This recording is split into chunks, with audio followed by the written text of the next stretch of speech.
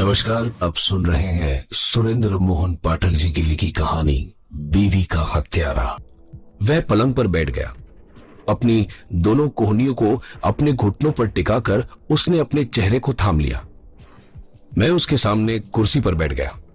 हाँ, वह धीरे से बोला। नींद नहीं आई रात को।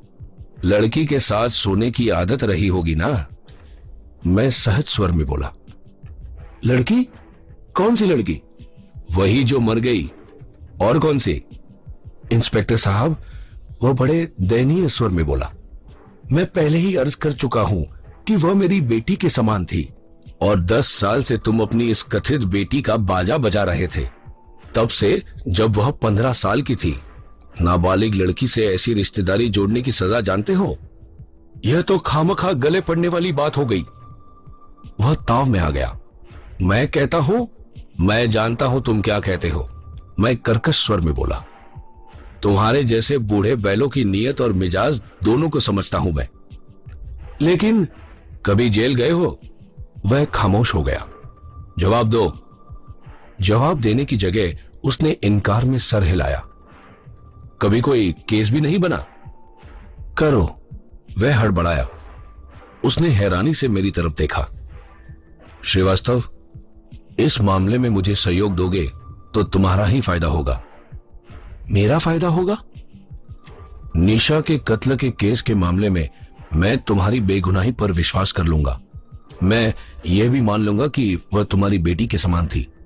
समान क्या थी कहोगे तो बेटी ही मान लूंगा। मुझे क्या करना होगा?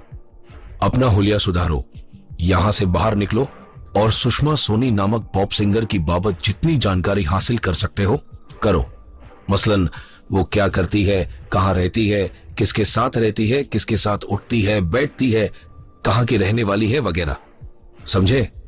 हाँ। एक बात याद रखना। क्या? किसी को मालूम नहीं होना चाहिए कि तुम क्यों उसके बारे में पूछताछ कर रहे हो। जो कुछ करना है चुपचाप करना, बड़े खुफिया तरीके से करना। लेकिन इस लड़की का निशा के कत्ल से क्या रिश्ता है? सवाल मत करो, जो कहा जाए करो। एक बात और। वह क्या? सुषमा सोनी के बारे में जो भी जानकारी हासिल हो वो तुम्हें मुझे, सिर्फ मुझे बतानी है। किसी और से उसका जिक्र तक नहीं करना है। ठीक है? शाबाश। अगले 10 मिनट मैंने उसे यह पूछने में लगाए कि सोमवार वह कहां गया था और क्या कर रहा था। अंत में मैं तंग आकर उठ खड़ा हुआ। यहां टेलीफोन है? मैंने पूछा। नीचे रिसेप्शन पर है, उसने बताया। मैंने उससे विदा ली और नीचे रिसेप्शन पर पहुंचा। मैंने अपने घर का नंबर डायल किया। जवाब नदारद। शाम को मैं थाने पहुंचा। मुझे मालूम हुआ कि टोकस एएसपी के कमरे में था।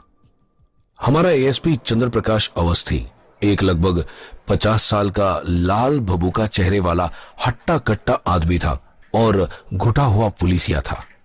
मैं उसके कमरे में दाखिल हुआ तो उसने हाथ के इशारे से मुझे बैठने को कहा और अपने सामने बैठे टोकस को उस क्षण जो कह रहा था कहता रहा। यह किसी चोर का काम नहीं। अवस्थी की भारी आवाज सारे कमरे में गूंज रही थी। हत्यारा शर्तीय लड़की के एजेंट शांति प्रसाद श्रीवास्तव, उसके शुगर डैडी राम कुमार अग्रवाल और उसके पड़ोसी नौजवान कृष्ण भार्गव, इन 3 जनों में से ही कोई एक है। अगर हत्यारा इनमें से कोई नहीं है तो उसके किसी बॉयफ्रेंड को तलाश करो। उसके प्यार में खता खाए उसके किसी पुराने यार की खबर लो। ईर्ष्या की मारी किसी औरत का भी काम हो सकता है ये। अवस्थी एक क्षण ठिठका और फिर बोला, लड़की जितनी खूबसूरत बताई जाती है, अगर वह वाकई उतनी ही खूबसूरत थी तो मैं नहीं मानता कि उसके बेडरूम में कोई चोर घुसा हो तो उसने पहले लड़की को धर न दबोचा हो। आखिर लड़की वहां अकेली थी।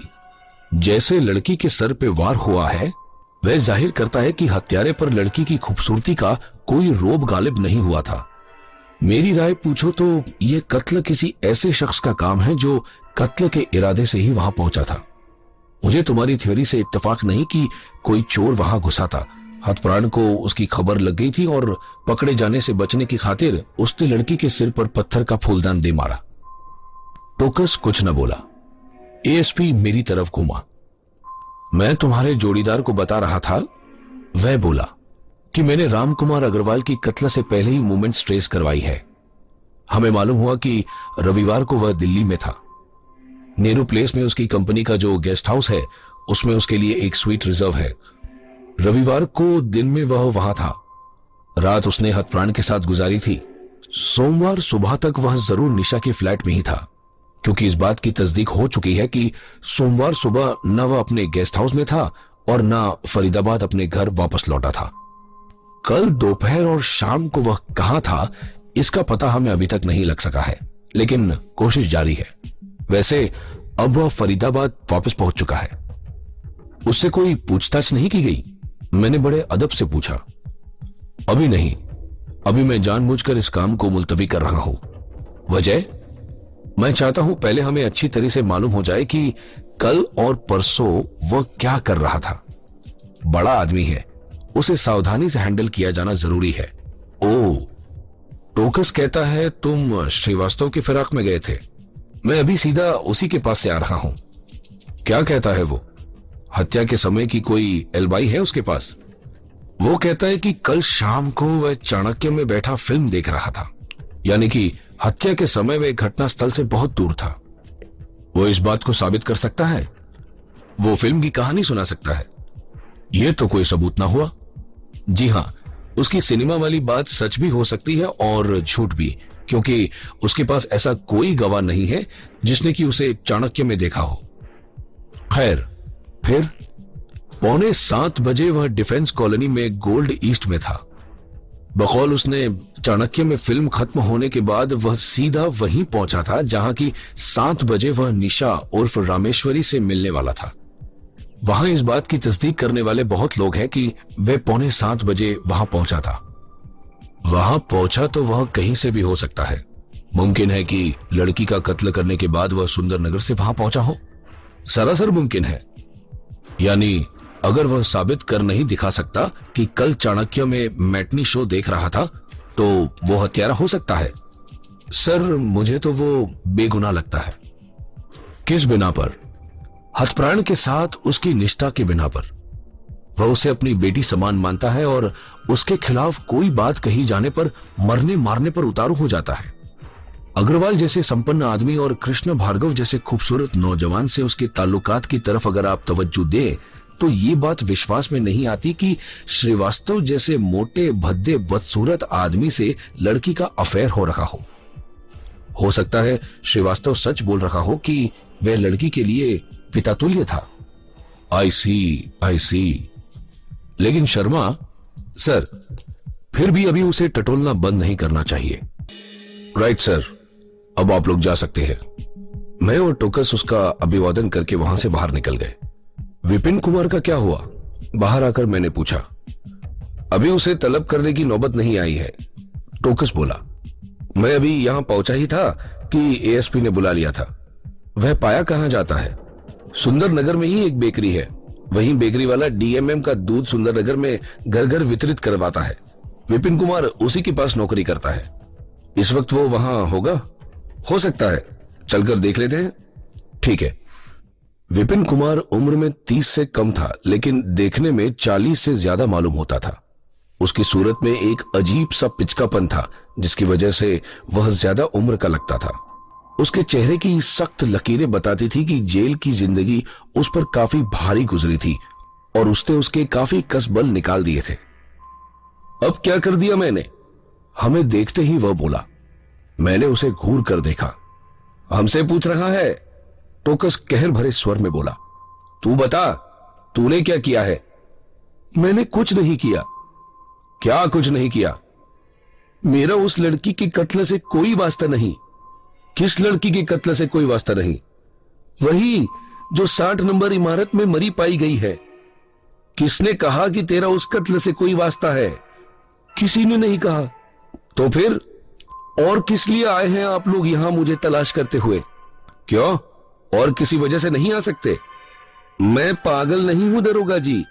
आज सुबह अखबार में मैंने उस लड़की की कत्ल की खबर पढ़ी थी और उसके मकान नंबर पढ़ा था। उसके बाद से ही मैं आप लोगों का इंतजार करने लग गया था। मुझे पता था कि पुलिस मेरी खबर लेने जरूर आएगी। किस लिए? सजा याफ्ता मुजरिम जो ठहरा। यह बात छुपी रहने वाली तो थी नहीं कि मैं उस इमारत में दूध सप्लाई करता था। एक बार मेरे पर अपराधी होने का ठप्पा जो लग गया है, अब तो मेरे आसपास जो भी अपराध होंगे उसका जिम्मेदार मैं ही ठहराया जाऊंगा। ज्यादा बड़बड़ मत कर, मैं बोला। मेरा बाप कहा करता था, टोकस बोला, कि once a criminal always a criminal. माई बाप, मेरा उस लड़की से कोई वास्ता नहीं, मैं बेगुनाह हूं। अगर तू बेगुनाह है, मैं घुड़क कर बोला, तो इतना डर क्यों रहा है? मेरे कहने भर से ही आपको विश्वास थोड़ी ही आ जाएगा कि मैं बेगुनाह हूं। यहां तेरे मालिक को मालूम है कि तू जेल का पंछी रह चुका है? हाँ, उसे इस बात से कोई एतराज नहीं। मैं यहां पूरी मेहनत और ईमानदारी से काम करता हूं। मेहनत और ईमानदारी का यही जज्बा पहले भी रखा होता तो जेल क्यों जाना पड़ता? अपनी बदअकली का खामियाजा भुगत चुका हूं, अपने गुनाहों की सजा काट चुका हूं, यानी कि अब अकल आ गई है। हाँ, लार तो टपकती होगी तेरी उस लड़की को देखकर। किस लड़की को देखकर? वो जो मरी है? हाँ, मैंने आज तक उसकी शक्ल नहीं देखी। आज के अखबार में छपी उसकी तस्वीर से ही मुझे मालूम हुआ कि वह देखने में कैसी लगती थी। क्या कहने, मैं व्यंग्यपूर्ण स्वर में बोला। यानी कि, टोकस बोला, उसका कत्ल करते समय भी तूने उसकी सूरत पर निगाह नहीं डाली थी? माई बाप, क्यों मुझ गरीब पर इतना जुल्म उठाते हो? मैं सच कहता हूं, मैंने कभी उसकी सूरत तक नहीं देखी। मैंने कभी उस इमारत की सीढ़ियों में भी कदम नहीं रखा। तू चोर है? था सजा याफ्ता। लड़की के फ्लैट से, मैं बोला, कीमती ज़ेवरात भी चोरी हुए हैं। मैं अपना पुराना धंधा छोड़ चुका हूं। किसी चोरी या कत्ल से मेरा कोई वास्ता नहीं। ये ऐसे नहीं मानेगा, मैं टोकस से बोला। टोकस ने बड़ी संजीदगी से सहमति में सर हिलाया। इसे हेडक्वार्टर लेके चलना होगा। दुरुस्त, टोकस बोला। मेरा बाप कहा करता था कि मार के आगे भूत भी भागते हैं। विपिन कुमार के चेहरे पर घबराहट के बड़े गहरे भाव उभरे। चल, मैं बोला। लेकिन साहब, टोकस ने उसे गर्दन से पकड़कर बाहर धकेला। डरता घबराता वह हम दोनों के साथ वहां से बाहर निकला। मैं जीप की ड्राइविंग सीट पर बैठा। टोकस ने विपिन को मेरे बगल में बिठा लिया, लेकिन जब वह खुद जीप में सवार होने लगा तो मैं एकाएक बोल पड़ा, टोकस। हाँ, टोकस ठिठका। तुम एक काम करो। क्या? तुम घटनास्थल पर वापस जाओ और जाकर उस कृष्णा भार्गव को टटोलो। उसे? हाँ, एएसपी साहब को उसमें ज्यादा गुंजाइश जो दिखाई दे रही है।